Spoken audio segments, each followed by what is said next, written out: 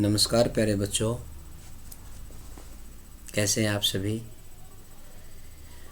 Today's topic, the topic name is magnetic effect of current which is from class 10th and the topic is most important for board and the competitive part also like NTSC Olympiad or other foundation courses. So today's the topic of discussion is clearly defined in form of index. So first of all, our subtopic is, the first subtopic is permanent magnet, magnetic field lines, magnetic substances, and Biot-Savart's law, magnetic field due to the straight current carrying conductor or wire, magnetic field on the axis of current carrying circular coil, magnetic field due to the straight solenoid, Fleming left hand rule, and the last topic is force on a current carrying conductor placed in the uniform magnetic field. बेटा कहने का मतलब ये है, आज का जो हमारा डिस्कशन रहेगा वो यहाँ तक हम डिस्कस करेंगे। बाकी जो रिमेनिंग पोर्शन है वो हमारा जो नेक्स्ट सेशन रहेगा उसमें हम डिस्कस करेंगे। तो मैं उम्मीद करता हूँ अपने साथ आप पेन और कॉपी लेके बैठिएगा और अपनी स्क्रीन को पॉज करके अच्छे से नोट करो, और बहुत ही अच्छे तरीके से, बहुत ही सहज तरीके से मैं आपको बताने और समझाने की कोशिश करूँगा। तो मैं आज का जो हमारा फर्स्ट टॉपिक है उसको मैं स्टार्ट करने जा रहा हूँ।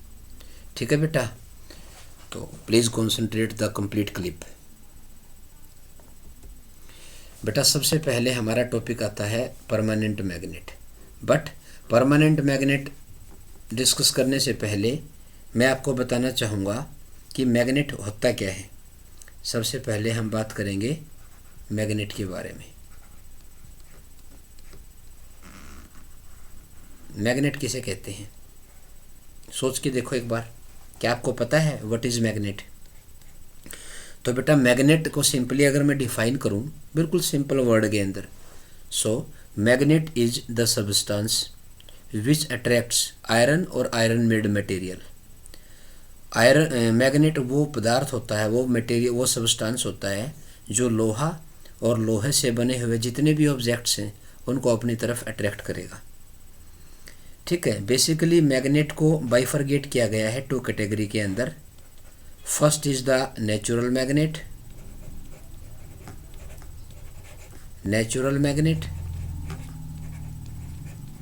और सेकंड बेटा इज आर्टिफिशियल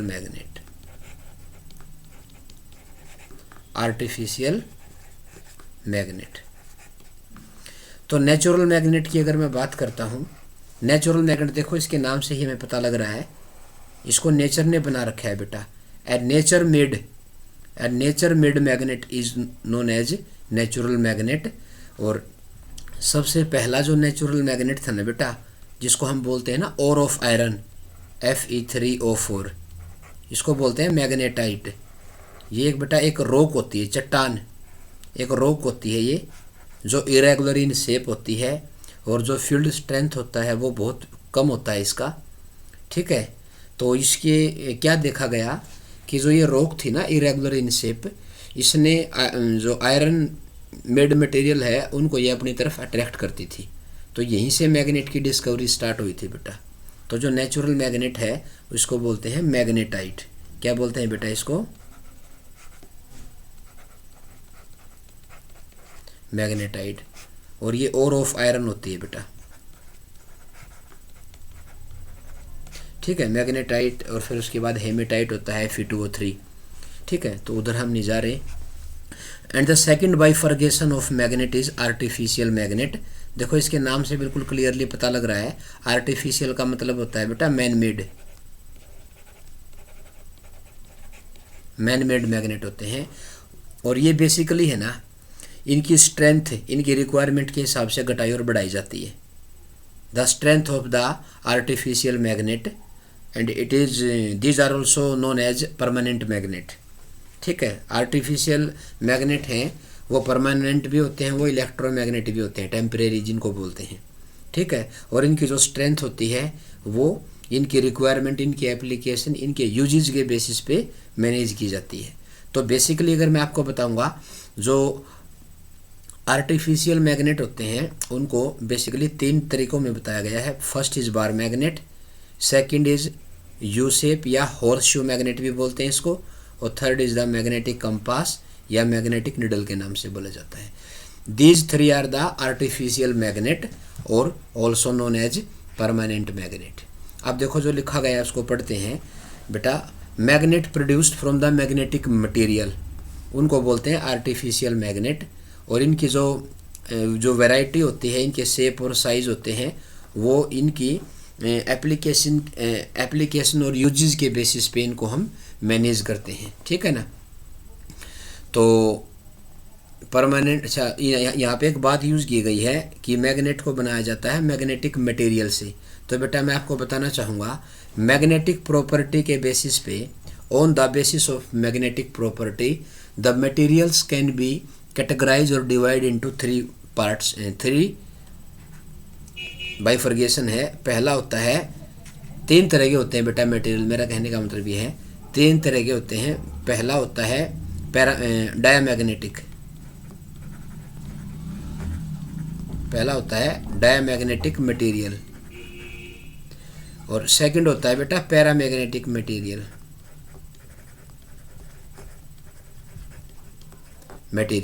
और थर्ड होता है बेटा फेरोमैग्नेटिक मटेरियल।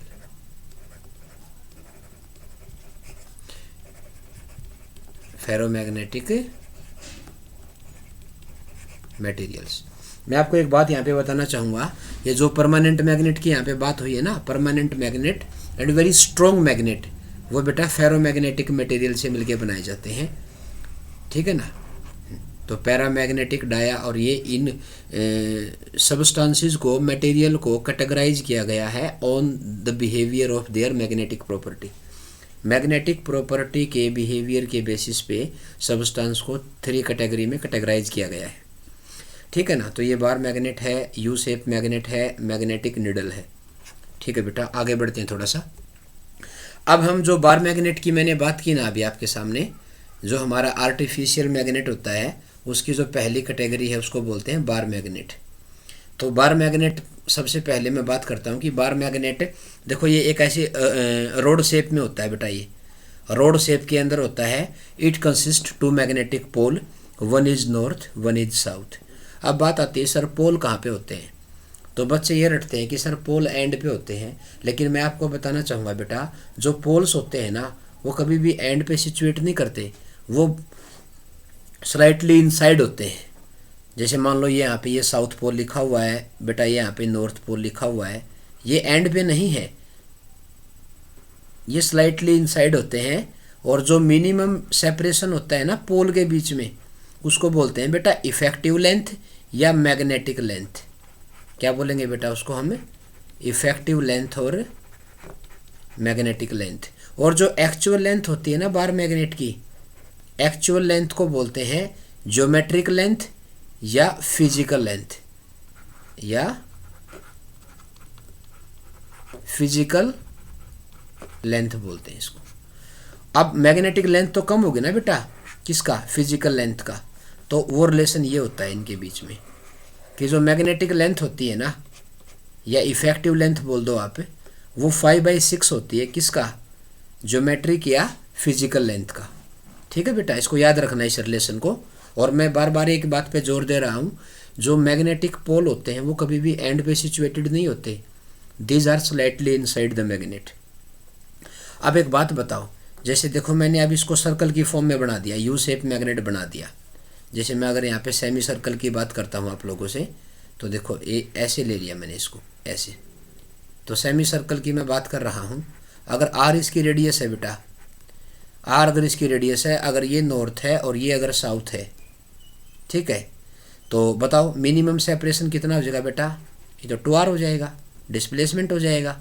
और जो एक्चुअल जो इसकी फिजिकल लेंथ है वो कितनी हो जाएगी बेटा, वो हो जाएगी half of the circumference πr।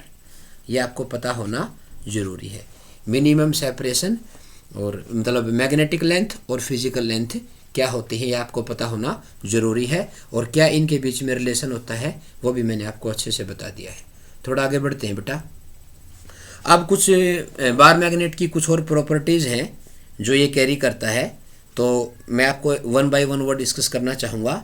तो सबसे पहली प्रॉपर्टी होती है बेटा, सबसे पहली जो मेरी प्रॉपर्टी है ये है डायरेक्टिव प्रॉपर्टी। आपको दिखाई भी दे रहा है, ठीक है ना। तो ये डायरेक्टिव जो प्रॉपर्टी है बेटा, मैं उसकी तरफ आपको लेके जा रहा हूँ। तो डायरेक्टिव प्रॉपर्टी का मतलब ये होता है बेटा जी, अगर हम किसी बार मैग्नेट को फ्रीली सस्पेंड करते हैं ना और उसको छोड़ देंगे, हम फ्रीली सस्पेंड करके छोड़ देंगे, तो वो अपने आप को नॉर्थ साउथ के अंदर अलाइन करेगा, वो नॉर्थ साउथ के अंदर अपने आप को अलाइन करेगा। इफ देखिए डायरेक्टिव प्रॉपर्टी, बार मैग्नेट को सस्पेंड कर दिया फ्रीली, और जब वो रुकेगा ना तो वो अर्थ के नॉर्थ साउथ डायरेक्शन में अपने आप को अलाइन करेगा, नॉर्थ साउथ डायरेक्शन के अंदर अलाइन करेगा। अब बात आती है सर उसको रखेंगे कहाँ, तो मैं आपको एक छोटी सी बात यहाँ पे बताना चाहूँगा बेटा। एक होता है अर्थ का, एक तो होता है जियोग्राफिक मेरिडियन का प्लेन होता है, और एक होता है मैग्नेटिक मेरिडियन का प्लेन। ये प्लेन मैंने बनाया है मैग्नेटिक मेरिडियन का, और ये है अर्थ का horizontal component, earth magnetic field का, और इधर लिखूंगा बेटा मैं वर्टिकल कंपोनेंट। और जो मैग्नेटिक कंपास होती है ना, या किसी बार मैग्नेट को मैं रखता हूँ ना, तो इस प्लेन में रखा जाता है उसको, इसको बोलते हैं जियो मैग्नेटिक मेरिडियन का प्लेन। और वो जहाँ भी अलाइन करेगा ना अपने आप को, जहाँ भी वो अपने आप को अलाइन करेगा, जो भी मैग्नेटिक कंपास है वो अपने आप को मान लो उसने ऐसे अलाइन किया है, तो वो डायरेक्शन किसकी होगी, वो अर्थ के नेट मैग्नेटिक फील्ड की डायरेक्शन होगी बेटा। दोबारा मेरी बात को ध्यान से सुनना, मैग्नेटिक कंपास को मैग्नेटिक मेरिडियन के प्लेन में रखते हैं, और वो अपने आप को कहाँ अलाइन करेगी, वो अपने आप को अर्थ के नेट मैग्नेटिक फील्ड के अलोंग अलाइन करेगी। और ये हमारे अर्थ का हॉरिजॉन्टल मैग्नेटिक फील्ड का कंपोनेंट है, और ये वर्टिकल कंपोनेंट है। और जो नेट मैग्नेटिक फील्ड ने हॉरिजॉन्टल के साथ जो एंगल बनाया है, उस एंगल को बोलते हैं बेटा डिप एंगल, ये आ जाएगा। तो ये है वो बार मैग्नेट को जो फ्रीली सस्पेंड करते हैं, तो वो अपने आप को ऐसे अलाइन करेगा, ठीक है। तो मैग्नेटिक मेरिडियन के प्लेन में उसको रखा जाएगा, और अपने आप को वो अर्थ के नेट मैग्नेटिक फील्ड के अलोंग अलाइन करता है। उम्मीद करता हूँ ये बात आपको समझ में आ रही है बेटा। उसके बाद कुछ और प्रॉपर्टी भी है बार मैग्नेट की। उसके बाद जो सेकंड प्रॉपर्टी आती है बेटा, वो है मोनोपोल कंसेप्ट। यानी कि किसी भी मैग्नेट के अंदर एक सिंगल पोल कभी भी एग्जिस्ट नहीं करता, ठीक है ना। A monopole doesn't exist in case of a magnet, ठीक है। क्योंकि बेटा ये एक इंटरनल प्रॉपर्टी होती है मैग्नेट की, क्योंकि उसके पास वो डाइपोल नेचर होता है, उसके दो पोल तो एग्जिस्ट करते ही करते हैं बेटा, डाइपोल नेचर तो उसका होगा ही होगा, ठीक है। अगर हम किसी बार मैग्नेट को ब्रेक करते हैं ना बेटा, तो भी वो अपने आप में ऐसे ब्रेक होगा कि उसके वो डाइपोल बन जाएंगे, मोनोपोल तो कभी एग्जिस्ट करता ही नहीं। If a magnet is broken into the number of pieces, each piece has two pole, this is turn implies the monopole do not exist, ultimate individual unit of magnetism in any magnet is called dipole। बेटा मेरा कहने का मतलब ये है, जो magnet होता है वो डाइपोल होता है, दो पोल होते हैं उसके, मोनोपोल तो एग्जिस्ट करता ही नहीं। अगर आप किसी भी बार मैग्नेट के बहुत सारे टुकड़े में आप उसको डिवाइड करोगे ना, तो मोनोपोल नहीं मिलेगा आपको, जितने भी टुकड़े होंगे वो ऑटोमेटिकली इंटरनली तो उसके वो डाइपोल बनने शुरू हो जाएंगे, ठीक है ना। तो इसका मतलब आपको इसमें लिखना है in case of magnet monopole doesn't exist, ये आ जाएगा। उसके बाद ये बोल रहा है third property, for the two rod as shown in the diagram, इन्होंने यहाँ पे दो रोड को दिखा रखा है, both the rod attract in case 1 और doesn't attract in case 2, then B is a magnetic, A is a simple rod, repulsion is the sure test of the magnetization. मेरा कहने का मतलब ये है बेटा, अगर दो ऑब्जेक्ट हैं ए और बी, ये ऑब्जेक्ट ए है और ये ऑब्जेक्ट बी है। इनमें से एक का पता है कि मुझे ये एक मैग्नेट है और दूसरे को मुझे पता करना है ये मैग्नेट है या कोई सबस्टांस है। तो बेटा ध्यान से सुनना, अगर ये सबस्टांस है तो ये इसको अट्रैक्ट करेगा, ठीक है, और अगर ये इसको अट्रैक्ट भी कर रहा है और रिपेल भी कर रहा है। अगर अट्रैक्ट कर रहा है जिसको, वो तो बेटा है मटेरियल, और जिसको रिपेल कर रहा है वो है मैग्नेट। मतलब एक मैग्नेट दूसरे मैग्नेट को अट्रैक्ट भी कर सकता है और रिपेल भी कर सकता है, और एक मैग्नेट सबस्टांस को केवल अट्रैक्ट ही करेगा। तो इसका मतलब repulsion is the sure test of the magnetism, कि हमें ये पता लगेगा। अब देखो इन्होंने बोला कि पहले केस में अट्रैक्ट कर रहा है, दूसरे केस में अट्रैक्ट नहीं कर रहा। इसका मतलब पहले केस वाला जो सबस्टांस है वो एक मैग्नेट है तो दूसरा कोई मैग्नेटिक मटेरियल है, बट दूसरे केस में वो रिपेल हो रहा है ना, वहाँ पे दोनों मैग्नेट है बेटा, वो ये कंफर्म है, ठीक है। Magnetic field and field lines. अब यहाँ पे मैं बात करता हूँ मैग्नेटिक फील्ड। एक मैग्नेट के चारों तरफ the field around a magnet is known as magnetic field. किसी मैग्नेट के अराउंड, जो मान लो ये कोई मैग्नेट है मेरे पास, ये कोई मैग्नेट है, बार मैग्नेट, ठीक है, इसके चारों तरफ इसके अराउंड का जो एरिया होगा ना बेटा, इसके अराउंड का जो एरिया होगा ना, उसको बोलेंगे मैग्नेटिक फील्ड।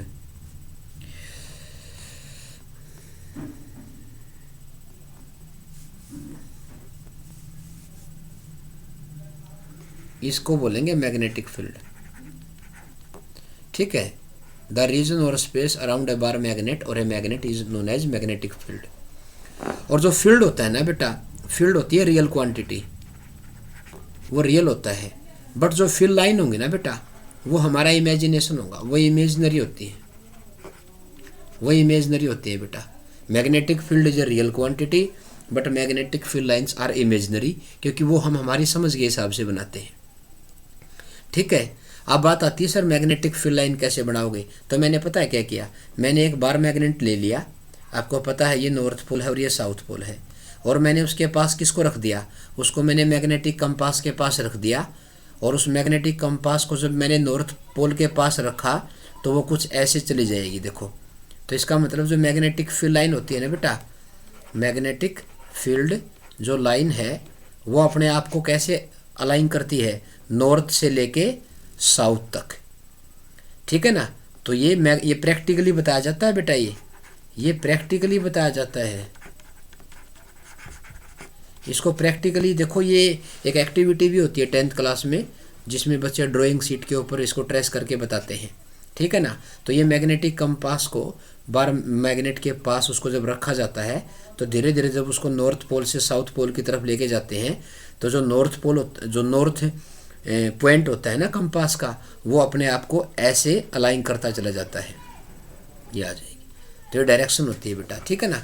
तो ये मैग्नेटिक फील्ड क्या होता है और क्या उसकी जो फील्ड लाइन होती है वो कैसे बनाई जाती है, वो एक एक्टिविटी के द्वारा बताया जाता है। उसके बाद बेटा मैं बात करता हूँ, जो मैग्नेटिक फील्ड होता है ना, मैग्नेटिक फील्ड होती है वेक्टर क्वांटिटी। अब वेक्टर क्वांटिटी का मतलब होता है which has magnitude and direction both, ठीक है ना। उसके पास दोनों प्रॉपर्टी होंगी बेटा। मैग्नेटिक फील्ड के पास, magnetic field is a vector quantity which has both direction and magnitude.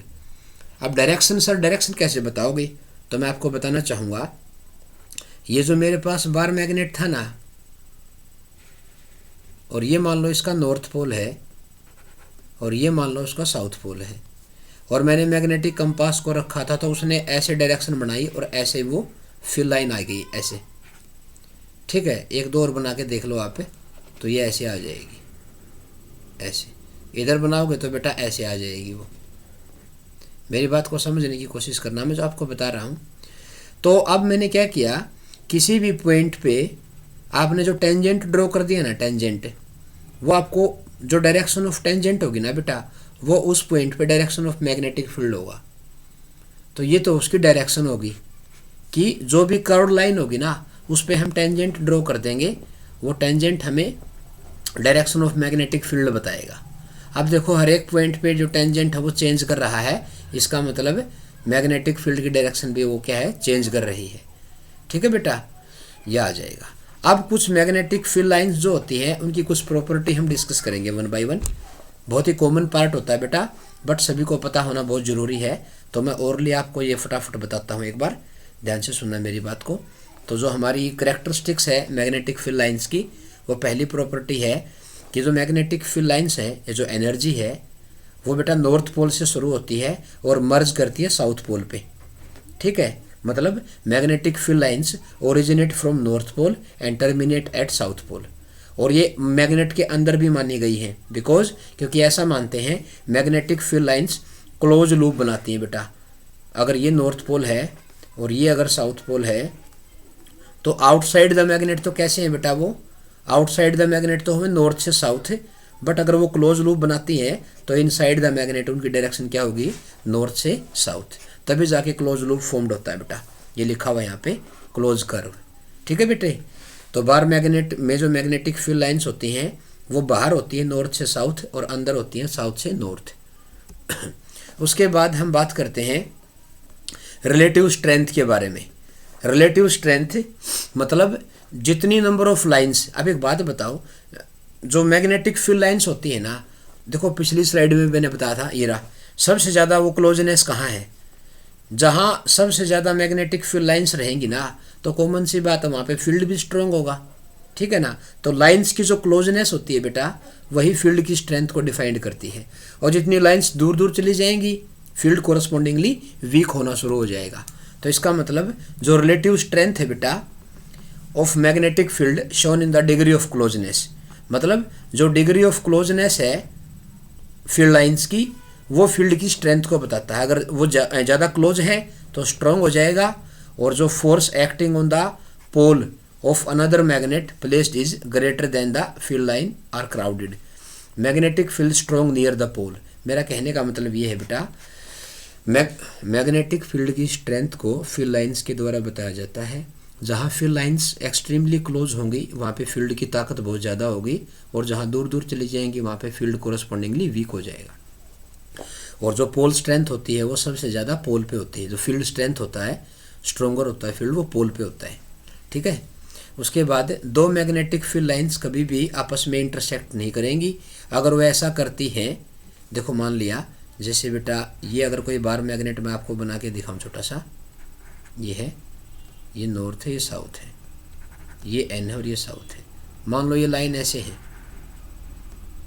ठीक है,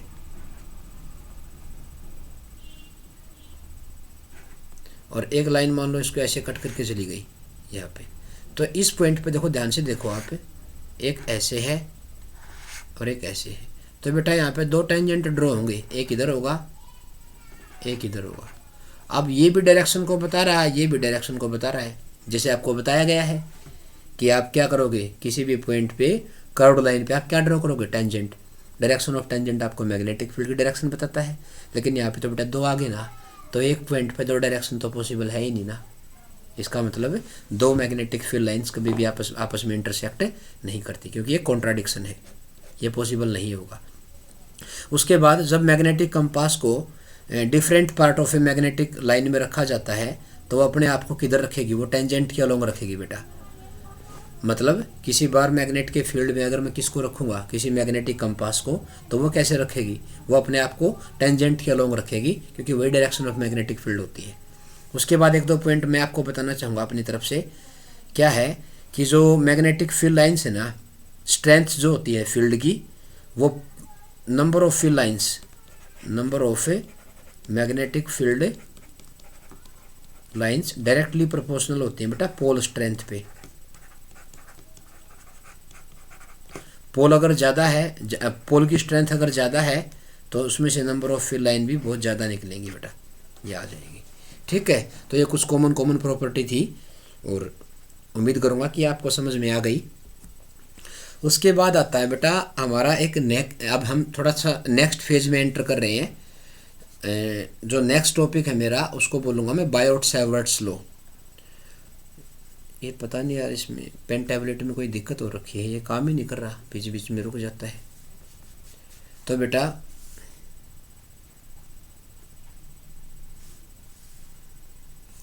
तो नेक्स्ट टॉपिक मेरा है बायोट सेवर्ट्स लॉ। एक्चुअल में मैं आपको बताना चाहूँगा